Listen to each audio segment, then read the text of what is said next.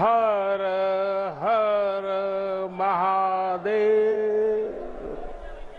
नमः पार्वती पते। माता अन्नपूर्णा की, गंगा मैया की। इस ऐतिहासिक आयोजन में उपस्थित उत्तर प्रदेश की राज्यपाल श्रीमती आनंदीबेन पटेल, उत्तर प्रदेश के मुख्यमंत्री कर्मयोगी श्री योगी आदित्यनाथ जी,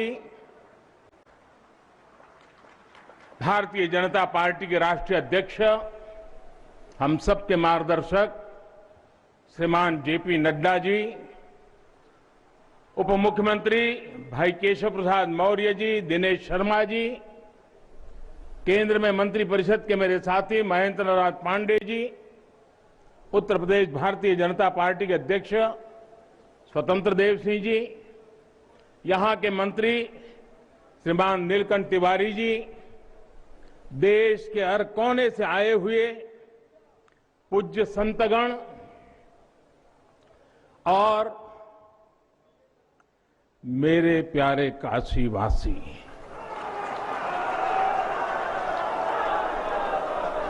और देश विदेश से इस अवसर के साक्षी बन रहे सभी श्रद्धालु साथीगण, काशी के सभी बंधुओं के साथ बाबा विश्वनाथ के चरणों में हम शीश नवावत है। माता अन्नपूर्णा के चरणन का बार बार वंदन करत है। अभी मैं बाबा के साथ साथ नगर कोतवाल काल भैरव जी के दर्शन करके ही आ रहा हूं। देशवासियों के लिए उनका आशीर्वाद लेकर आ रहा हूं। काशी में कुछ भी खास हो, कुछ भी नया हो, तो सबसे पहले उनसे पूछना आवश्यक है। मैं काशी के कोतवाल के चरणों में भी प्रणाम करता हूं। गंगा तरंग रमणीय जटा कलापम, गौरी निरंतर विभूषित वाम भागम, नारायण प्रिय मनंग मदापहारम, वाराणसी पुरपतिम भज विश्वनाथम।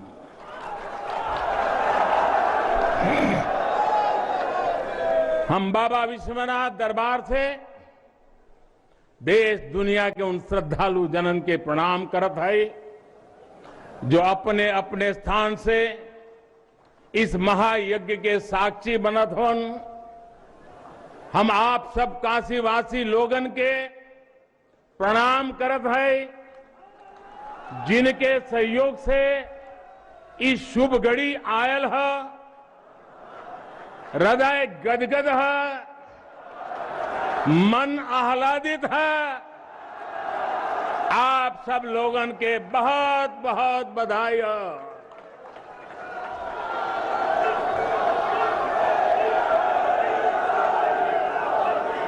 साथियों, हमारे पुराणों में कहा गया है कि जैसे ही कोई काशी में प्रवेश करता है, सारे बंधनों से मुक्त हो जाता है।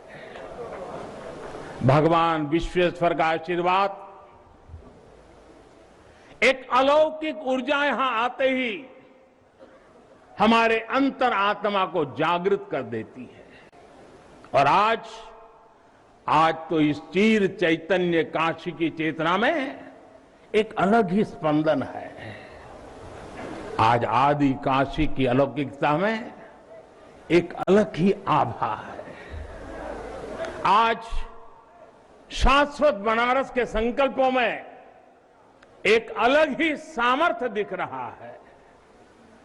हमने शास्त्रों में सुना है, जब भी कोई पुण्य अवसर होता है तो सारे तीर्थ, सारी देवीय शक्तियां बनारस में बाबा के पास उपस्थित हो जाती है।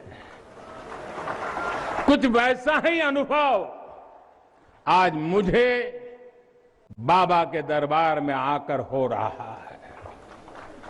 ऐसा लग रहा है कि हमारा पूरा चेतन ब्रह्मांड इससे जुड़ा हुआ है। वैसे तो अपनी माया का विस्तार बाबा ही जाने, लेकिन जहां तक हमारी मानवीय दृष्टि जाती है, विश्वनाथ धाम के इस पवित्र आयोजन के इसे समय पर इस समय पूरा विश्व जुड़ा हुआ है।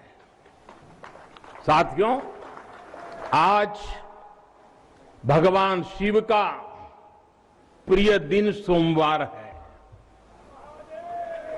आज विक्रम संवत 2078 मार्गशीर्ष शुक्ल पक्ष दशमी तिथि एक नया इतिहास रच रही है।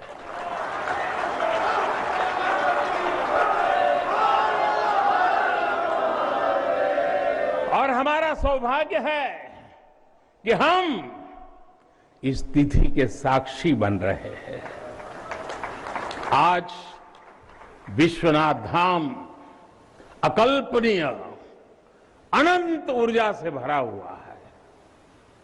उसका वैभव विस्तार ले रहा है। इसकी विशेषता आसमान छू रही है। यहां आसपास जो अनेक प्राचीन मंदिर लुप्त हो गए थे, उन्हें भी पुनः स्थापित किया जा चुका है। बाबा अपने भक्तों की सदियों की सेवा से प्रसन्न हुए हैं, इसलिए उन्होंने आज के दिन का हमें आशीर्वाद दिया है। विश्वनाथ धाम का ये पूरा नया परिसर एक भव्य भवन भर नहीं है, ये प्रतीक है हमारे भारत की सनातन संस्कृति का। ये प्रतीक है हमारी आध्यात्मिक आत्मा का। ये प्रतीक है भारत की प्राचीनता का, परंपराओं का, भारत की ऊर्जा का, गतिशीलता का। आप यहां जब आएंगे तो केवल आस्था के ही दर्शन होंगे ऐसा नहीं है। आपको यहां अपने अतीत के गौरव का एहसास भी होगा। कैसे प्राचीनता और नवीनता एक साथ सजीव हो रही है, कैसे पुरातन की प्रेरणाएं भविष्य को दिशा दे रही हैं, इसके साक्षात दर्शन विश्वनाथ धाम परिसर में हम कर रहे हैं। साथियों, जो मां गंगा उत्तर वाहिनी होकर बाबा के पांव पखारने काशी आती है, वो मां गंगा भी आज बहुत प्रसन्न होगी। अब जब हम भगवान विश्वनाथ के चरणों में प्रणाम करेंगे, ध्यान लगाएंगे, तो मां गंगा को स्पर्श करती हुई हवा हमें स्नेह देगी, हमें आशीर्वाद देगी। और जब मां गंगा उन्मुक्त होगी, प्रसन्न होगी, तो बाबा के ध्यान में हम गंग तरंगों की कलकल, गंग तरंगों की कलकल का दैवीय अनुभव भी कर सकेंगे। बाबा विश्वनाथ सबके हैं, मां गंगा सबकी है, उनका आशीर्वाद सबके लिए है। लेकिन समय और परिस्थितियों के चलते बाबा और मां गंगा की सेवा की यह सुलभता मुश्किल हो चली थी। यहां हर कोई आना चाहता था, लेकिन रास्तों और जगह की कमी हो गई थी। बुजुर्गों के लिए, दिव्यांगों के लिए यहां आने में बहुत कठिनाई होती थी। लेकिन अब विश्वनाथ धाम परियोजना के पूरा होने से यहां हर किसी के लिए पहुंचना सुगम हो गया है। हमारे दिव्यांग भाई बहन, बुजुर्ग माता पिता सीधे बोट से जेटी तक आएंगे। जेटी से घाट तक आने के लिए भी एस्केलेटर लगाए गए हैं। वहां से सीधे मंदिर तक आ सकेंगे। संकरे रास्तों की वजह से दर्शन के लिए जो घंटों तक का इंतजार करना पड़ा था, जो परेशानी होती थी, वो भी अब कम होगी। पहले यहां जो मंदिर क्षेत्र केवल 3000 वर्ग फीट में था, वो अब करीब करीब 5 लाख वर्ग फीट का हो गया।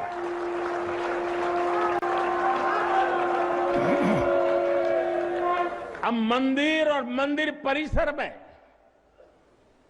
50, 60, 70 हजार श्रद्धालु आ सकते हैं। यानी पहले मां गंगा का दर्शन स्नान और वहां से सीधे विश्वनाथ धाम, यही तो है हर हर महादेव। साथियों, जब मैं बनारस आया था तो एक विश्वास लेकर आया था। विश्वास अपने से ज्यादा बनारस के लोगों पर था, आप पर था। आज हिसाब किताब का समय नहीं है, लेकिन मुझे याद है तब कुछ ऐसे लोग भी थे जो बनारस के लोगों पर संदेह करते थे। कैसे होगा ही नहीं, यहां तो ऐसे ही चलता है। ये मोदी जी जैसे बहुत आके गए।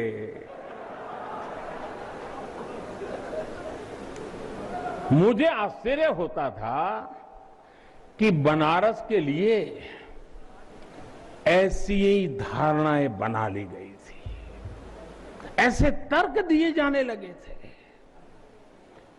ये जड़ता बनारस की नहीं थी, हो भी नहीं सकती थी। थोड़ी बहुत राजनीति थी, थोड़ा बहुत कुछ लोगों का निजी स्वार्थ, इसलिए बनारस पर आरोप लगाए जा रहे थे।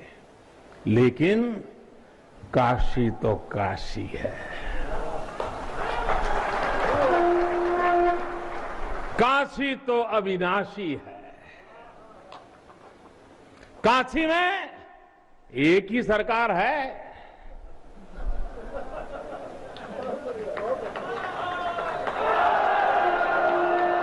जिनके हाथों में डमरू है, उनकी सरकार है। जहां गंगा अपनी धारा बदलकर बहती हो, उस काशी को भला कौन रोक सकता है। काशी खंड में भगवान शंकर ने खुद कहा है, बिना मम प्रसादम वै कह काशी प्रति प्रद्युत्ते। अर्थात बिना मेरी प्रसन्नता के काशी में कौन आ सकता है, कौन इसका सेवन कर सकता है। काशी में महादेव की इच्छा के बिना न कोई आता है और न यहां उनकी इच्छा के बिना कुछ होता है। यहां जो कुछ होता है महादेव की इच्छा से होता है। ये जो कुछ भी हुआ है महादेव ने ही किया है।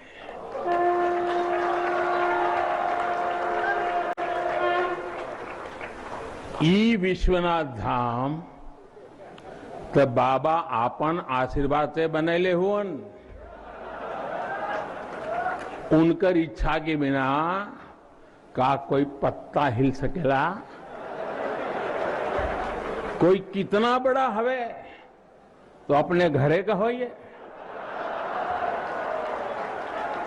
बोलिए तबे कोई आ सकेला, कुछ कर सकेला।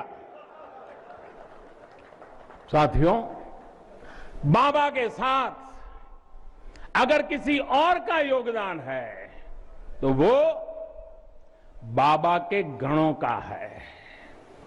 बाबा के गण यानी हमारे सारे काशीवासी,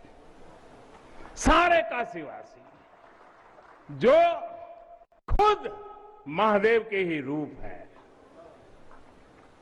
जब भी बाबा को अपनी शक्ति अनुभव करानी होती है वो काशी वासियों का माध्यम ही बना देते हैं।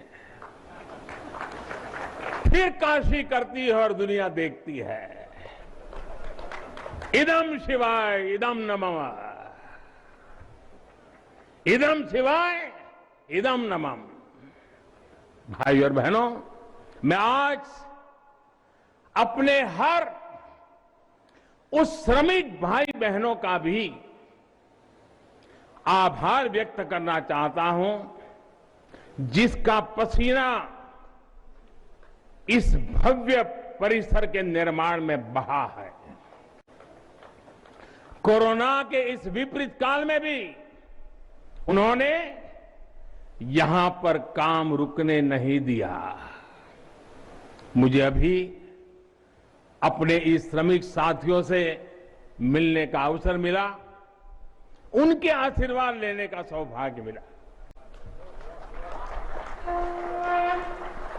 हमारे कारीगर, हमारे सिविल इंजीनियरिंग से जुड़े लोग, प्रशासन के लोग, वो परिवार जिनके यहां घर हुआ करते थे, मैं सभी का अभिनंदन करता हूं।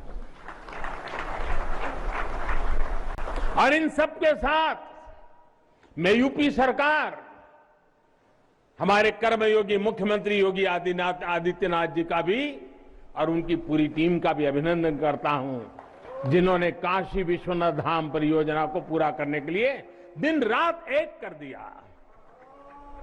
साथियों, हमारी इस वाराणसी ने युगों को जिया है, इतिहास को बनते बिगड़ते देखा है। कितने ही कालखंड आए गए, कितनी ही सल्तनतें उठी और मिट्टी में मिल गई, फिर भी बनारस बना हुआ है। बनारस अपना रस बिखेर रहा है। बाबा का ये धाम शाश्वत ही नहीं रहा है, इसके सौंदर्य ने भी हमेशा संसार को आश्चर्यचकित और आकर्षित किया है। हमारे पुराणों में प्राकृतिक आभा से घिरी काशी के ऐसे ही दिव्य स्वरूप का वर्णन किया गया है। अगर हम ग्रंथों को देखेंगे, शास्त्रों को देखेंगे, इतिहासकारों ने भी वृक्षों, सरोवरों, तालाबों से घिरी काशी के अद्भुत स्वरूप का बखान किया है। लेकिन समय कभी एक जैसा नहीं रहता। आतताइयों ने इस नगरी पर आक्रमण किए, इसे ध्वस्त करने के प्रयास किए। औरंगजेब के अत्याचार, उसके आतंक का इतिहास साक्षी है। जिसने सभ्यता को तलवार के बल पर बदलने की कोशिश की, जिसने संस्कृति को कट्टरता से कुचलने की कोशिश की, लेकिन इस देश की मिट्टी बाकी दुनिया से कुछ अलग है। यहां अगर औरंगजेब आता है तो शिवाजी भी उठ खड़े होते हैं। अगर अगर कोई सालार मसूद इधर बढ़ता है तो राजा सुहेलदेव जैसे वीर योद्धा उसे हमारी एकता की ताकत का एहसास करा देते हैं। और अंग्रेजों के दौर में भी वॉरेन हेस्टिंग का क्या हाल काशी के लोगों ने किया था। ये तो काशी के लोग समय समय पर बोलते रहते हैं और काशी की जुबान पे निकलता है, घोड़े पर हौदा और हाथी पर जिन जान लेकर भागल वॉरेन हेस्टिंग। साथियों, आज समय का चक्र देखिए, आतंक के वो पर्याय इतिहास के काले पन्नों तक सिमट कर रह गए हैं और मेरी काशी आगे बढ़ रही है, अपने गौरव को फिर से नई भव्यता दे रही है। साथियों, काशी के बारे में मैं जितना बोलता हूं उतना डूबता जाता हूं, उतना ही भावुक हो जाता हूं। काशी शब्दों का विषय नहीं है, काशी संवेदनाओं की सृष्टि है। काशी वो है जहां जागृति ही जीवन है। काशी वो है जहां मृत्यु भी मंगल है। काशी वो है जहां सत्य ही संस्कार है। काशी वो है जहां प्रेम ही परंपरा है। भाइयों बहनों, हमारे शास्त्रों ने भी काशी की महिमा गाते हुए आखिर में क्या कहा? नेति नेति ही कहा है। यानी जो कहा उतना ही नहीं है, उससे भी आगे कितना कुछ है। हमारे शास्त्रों ने कहा है, शिवम ज्ञायन इति ब्रूयो, शिवः शब्दार्थ चिंतका, अर्थात शिव शब्द का चिंतन करने वाले लोग शिव को ही ज्ञान कहते हैं। इसलिए ये काशी शिवमयी है, ये काशी ज्ञानमयी है और इसलिए ज्ञान, शोध, अनुसंधान ये काशी और भारत के लिए स्वाभाविक निष्ठा रहे हैं।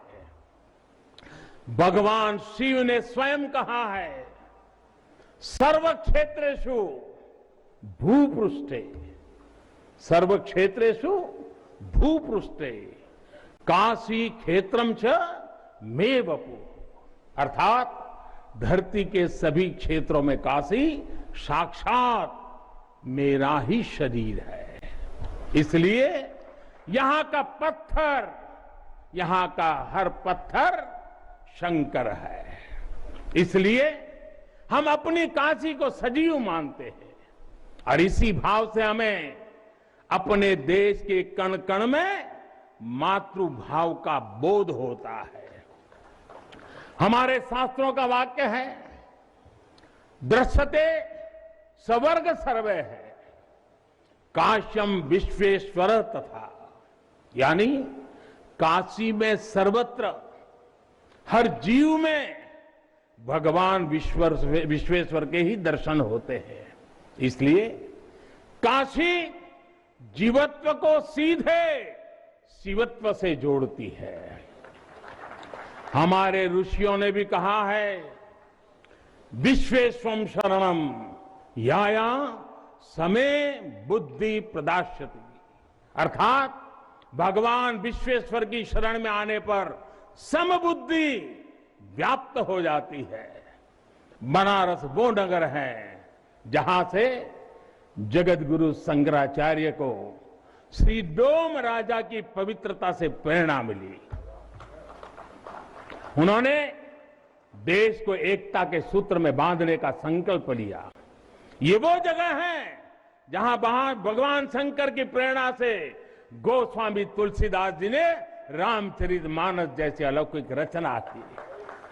यहीं की धरती सारनाथ में भगवान बुद्ध का बोध संसार के लिए प्रकट हुआ। समाज सुधार के लिए कबीरदास जैसे मनीषी यहां प्रकट हुए। समाज को जोड़ने की जरूरत थी तो संत रविदास जी की भक्ति की शक्ति का केंद्र भी ये काशी बनी। ये काशी अहिंसा और तप की प्रतिमूर्ति 4 जैन तीर्थंकरों की धरती है। राजा हरिश्चंद्र की सत्यनिष्ठा से लेकर वल्लभाचार्य और रामानंद जी के ज्ञान तक, चैतन्य महाप्रभु और समर्थ गुरु रामदास के से लेकर स्वामी विवेकानंद और मदन मोहन मालवीय तक कितने ही ऋषियों और आचार्यों का संबंध काशी की पवित्र धरती से रहा है। छत्रपति शिवाजी महाराज ने यहां प्रेरणा पाई। रानी लक्ष्मीबाई से लेकर चंद्रशेखर आजाद तक कितने ही सेनानियों की कर्मभूमि जन्मभूमि काशी रही है। भारतेंदु हरिश्चंद्र, जयशंकर प्रसाद, मुंशी प्रेमचंद, पंडित रविशंकर और बिस्मिल्लाह खान जैसी प्रतिभाएं इस स्मरण को कहां तक लेते जाए, कितना कहते जाए, भंडार भरा पड़ा है। जिस तरह काशी अनंत है वैसे ही काशी का योगदान भी अनंत है। काशी के विकास में इन अनंत पुण्य आत्माओं की ऊर्जा शामिल है। इस विकास में भारत की अनंत परंपराओं की विरासत शामिल है। इसलिए हर मत मतांतर के लोग, हर भाषा वर्ग के लोग यहां आते हैं तो यहां से अपना जुड़ाव महसूस करते हैं। साथियों, काशी हमारे भारत की सांस्कृतिक, आध्यात्मिक, राजनीति तो राजधानी तो है ही, ये भारत की आत्मा का एक जीवंत अवतार भी है। आप देखिए, पूरब और उत्तर को जोड़ती हुई यूपी में बसी ये काशी, यहां विश्वनाथ मंदिर को तोड़ा गया तो मंदिर का पुनर्निर्माण माता अहल्याबाई होलकर ने करवाया, जिनकी जन्मभूमि महाराष्ट्र थी, जिनकी कर्मभूमि इंदौर, माहेश्वर और अनेक क्षेत्रों में थी। उन माता अहल्याबाई होलकर को आज मैं इस अवसर पर नमन करता हूं। 200-250 साल पहले उन्होंने काशी के लिए इतना कुछ किया था, तब के बाद काशी के लिए इतना काम अब हुआ है। साथियों, बाबा विश्वनाथ मंदिर की आभा बढ़ाने के लिए पंजाब से महाराजा रणजीत सिंह ने 23 मण सोना चढ़ाया था। इसके शिखर पर सोना मढ़वाया था। पंजाब से पूज्य गुरु नानक देव जी भी काशी आए थे, यहां सत्संग किया था। दूसरे सिख गुरुओं का भी काशी से विशेष रिश्ता रहा था। पंजाब के लोगों ने काशी के पुनर्निर्माण के लिए दिल खोलकर दान दिया था। पूरब में बंगाल की रानी भवानी ने बनारस के विकास के लिए अपना सब कुछ अर्पण किया। मैसूर और दूसरे दक्षिण भारतीय राजाओं का भी बनारस के लिए बहुत बड़ा योगदान रहा है। एक ऐसा शहर है जहां आपको उत्तर, दक्षिण, नेपाली, लगभग हर तरह की शैली के मंदिर दिख जाएंगे। विश्वनाथ मंदिर इसी आध्यात्मिक चेतना का केंद्र रहा है और अब ये विश्वनाथ धाम परिसर अपने भव्य रूप में इस चेतना को और ऊर्जा देगा।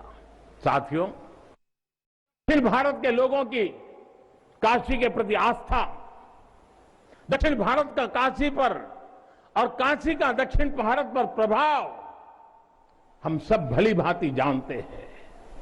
एक ग्रंथ में लिखा है, तेनो पयाथेन कदाचनात् वाराणसीम पाप निवारणं आवादी वाणी बलिना सविष्यन विलोक्य लीला वासरे विलिप्ता।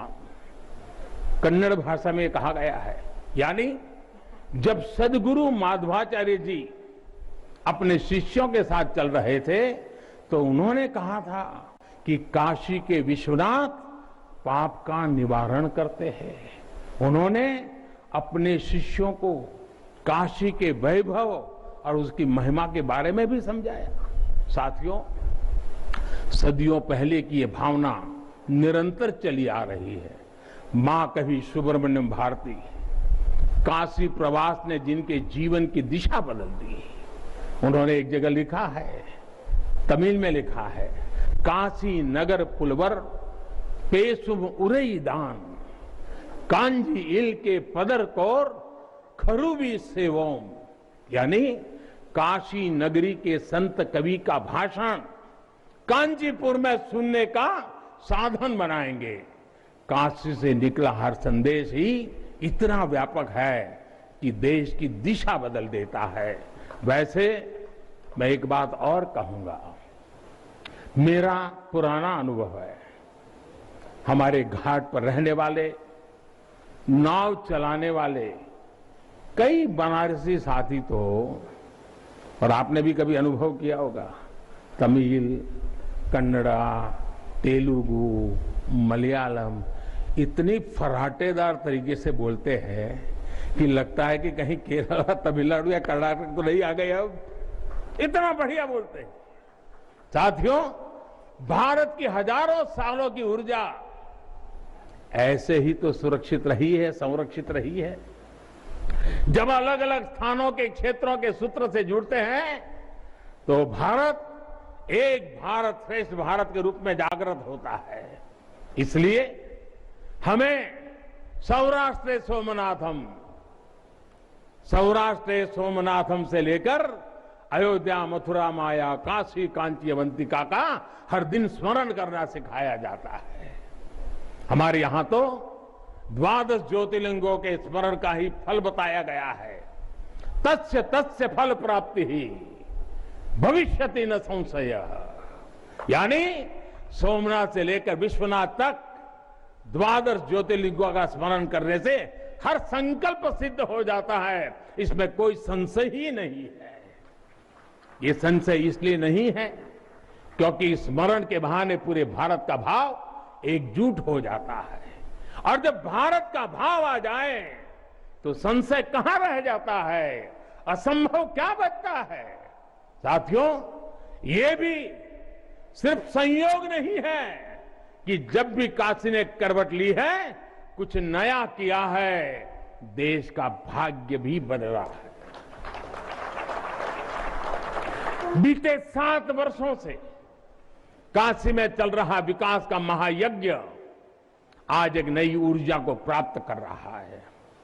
काशी विश्वनाथ धाम का लोकार्पण भारत को एक निर्णायक दिशा देगा, एक उज्जवल भविष्य की तरफ ले जाएगा। ये परिसर साक्षी है हमारे सामर्थ्य का, हमारे कर्तव्य का। अगर सोच लिया जाए, ठान लिया जाए, तो असंभव कुछ भी नहीं है। हर भारतवासी की भुजाओं में वो बल है, हर भारतवासी की भुजाओं में वो बल है जो अकल्पनीय को साकार कर देता है। हम तप जानते हैं, हम तपस्या जानते हैं, देश के लिए दिन रात खपना जानते हैं। चुनौती कितनी ही बड़ी क्यों ना हो, हम भारतीय मिलकर उसे परास्त कर सकते हैं। विनाश करने वालों की शक्ति कभी भारत की शक्ति और भारत की भक्ति से बड़ी नहीं हो सकती। याद रखिए, जैसी दृष्टि से हम खुद को देखेंगे, वैसी ही दृष्टि से विश्व भी हमें देखेगा। मुझे खुशी है कि सदियों की गुलामी ने हम पर जो प्रभाव डाला था, जिस हीन भावना से भारत को भर दिया गया था, अब आज का भारत उससे बाहर निकल रहा है। आज का भारत सिर्फ सोमनाथ मंदिर का सौंदर्यीकरण ही नहीं करता, बल्कि समंदर में हजारों किलोमीटर ऑप्टिकल फाइबर भी बिछा रहा है। आज का भारत सिर्फ बाबा केदारनाथ मंदिर का जीर्णोद्धार ही नहीं कर रहा, बल्कि अपने दमखम पर अंतरिक्ष में भारतीयों को भेजने की तैयारी में जुटा है।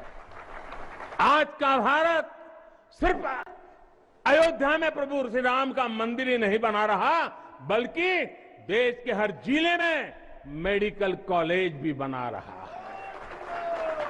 आज का भारत सिर्फ बाबा विश्वनाथ धाम को भव्य रूप ही नहीं दे रहा, बल्कि गरीब के लिए करोड़ों पक्के घर भी बना रहा है। साथियों, नए भारत में अपनी संस्कृति का गर्व भी है और अपने सामर्थ्य पर उतना ही भरोसा भी है।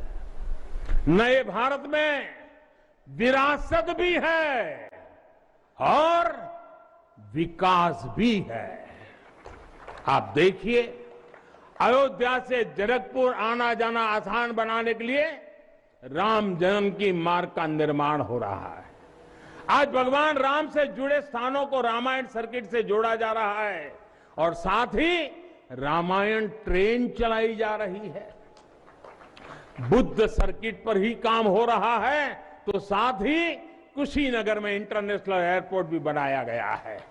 करतारपुर साहिब कॉरिडोर का निर्माण किया गया है तो वहीं हेमकुंड साहिब जी के दर्शन आसान बनाने के लिए रोपवे बनाने की भी तैयारी है। उत्तराखंड में 4 धाम सड़क महापरियोजना पर भी तेजी से काम जारी है। भगवान विट्ठल के करोड़ों भक्तों के आशीर्वाद से श्री संत ज्ञानेश्वर महाराज पालकी मार्ग और संत तुकाराम महाराज पालकी मार्ग का भी काम अभी कुछ हफ्ते पहले शुरू हो चुका है। साथियों, केरला में गुरुवायूर मंदिर हो या तमिलनाडु में कांचीपुरम वेलंकानी, तेलंगाना का जोगलांबा देवी मंदिर हो या फिर बंगाल का बेलूर मठ, गुजरात में द्वारका जी हो या फिर अरुणाचल प्रदेश का परशुराम कुंड, देश के अलग अलग राज्यों में हमारी आस्था और संस्कृति से जुड़े ऐसे अनेकों पवित्र स्थानों पर पूरे भक्ति भाव से काम किया गया है, काम चल रहा है। भाइयों और बहनों, आज का भारत अपनी खोई हुई विरासत को फिर से संजो रहा है। यहां काशी में तो माता अन्नपूर्णा खुद विराजती है। मुझे खुशी है कि काशी से चुराई गई मां अन्नपूर्णा की प्रतिमा 1 शताब्दी के इंतजार के बाद, 100 साल के बाद अब फिर से काशी में स्थापित की जा चुकी है। माता अन्नपूर्णा की कृपा से कोरोना के कठिन समय में देश ने अपने अन्न भंडार खोल दिए। कोई गरीब भूखा न सोए, इसका ध्यान रखा, मुफ्त राशन का इंतजाम किया। साथियों, जब भी हम भगवान के दर्शन करते हैं, मंदिर आते हैं, कई बार ईश्वर से कुछ मांगते हैं, कुछ संकल्प लेकर भी जाते हैं। मेरे लिए तो जनता जनार्दन ईश्वर का रूप है। मेरे लिए हर भारतवासी ईश्वर का ही अंश है। जैसे सब लोग भगवान के पास जाकर के मांगते हैं, जब मैं आपको भगवान मानता हूं, जनता जनार्दन को ईश्वर का रूप मानता हूं, तो मैं आज आपसे कुछ मांगना चाहता हूं। मैं आपसे कुछ मांगता हूं। मैं आपसे अपने लिए नहीं, हमारे देश के लिए 3 संकल्प चाहता हूं। भूल मत जाना, 3 संकल्प चाहता हूं और बाबा की पवित्र धरती से मांग रहा हूं। पहला, स्वच्छता, दूसरा, सृजन और तीसरा, आत्मनिर्भर भारत के लिए निरंतर प्रयास।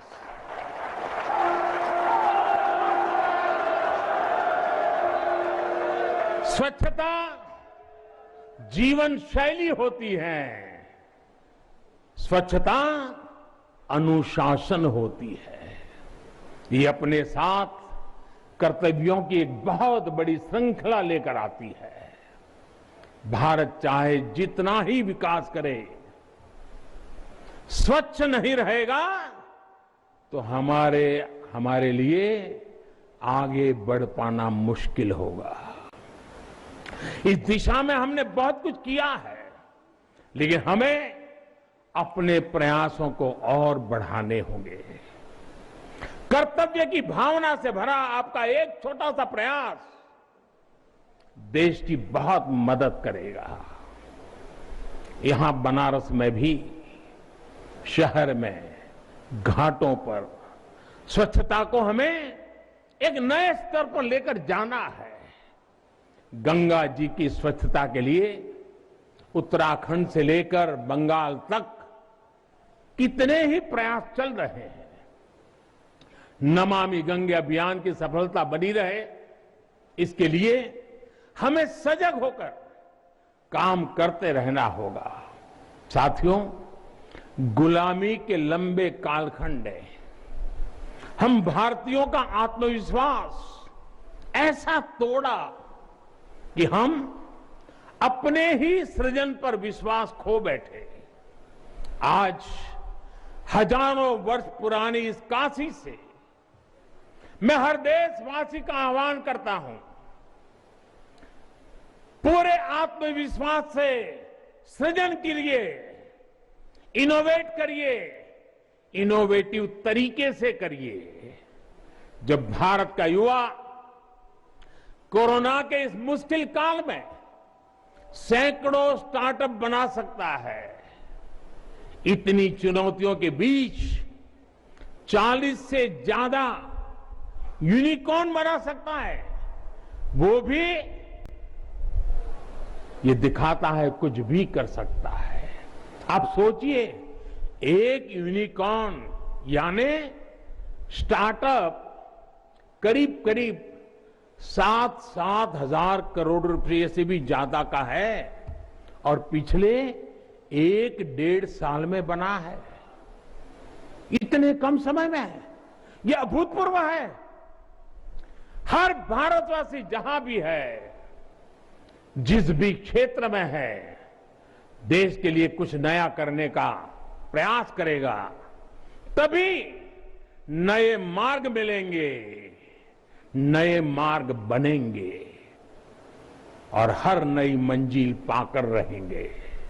भाई और बहनों, तीसरा एक संकल्प जो आज हमें लेना है वो है आत्मनिर्भर भारत के लिए अपने प्रयास बढ़ाने का। ये आजादी का अमृत काल है।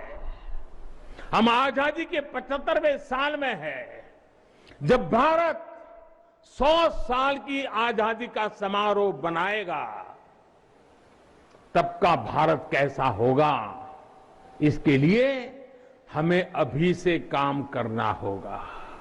और इसके लिए जरूरी है हमारा आत्मनिर्भर होना। जब हम देश में बनी चीजों पर गर्व करेंगे, जब हम लोकल के लिए वोकल होंगे, जब हम ऐसी चीजों को खरीदेंगे जिसे बनाने में किसी भारतीय का पसीना बहा हो, तो इस अभियान को मदद करेंगे। अमृतकाल में भारत 130 करोड़ देशवासियों के प्रयासों से, सबके प्रयासों से आगे बढ़ रहा है। महादेव की कृपा से, हर भारतवासी के प्रयास से हम आत्मनिर्भर भारत का सपना सच होता देखेंगे। इसी विश्वास के साथ मैं बाबा विश्वनाथ के, माता अन्नपूर्णा के, काशी कोतवाल के और सभी देवी देवताओं के चरणों में एक बार फिर प्रणाम करता हूं। इतनी बड़ी तादाद में देश के अलग अलग कोने से पूज्य संत महात्मा पधारे हैं। ये हमारे लिए, मुझ जैसे एक सामान्य नागरिक के लिए ये सौभाग्य की पल है। मैं सभी संतों का, सभी पूज्य महात्माओं का सर झुका करके हृदय से अभिनंदन करता हूं, प्रणाम करता हूं। मैं आज सभी काशीवासियों को, देशवासियों को फिर से बधाई देता हूं, बहुत बहुत शुभकामनाएं देता हूं। हर हर महादेव, हर हर महादेव, हर हर महादेव।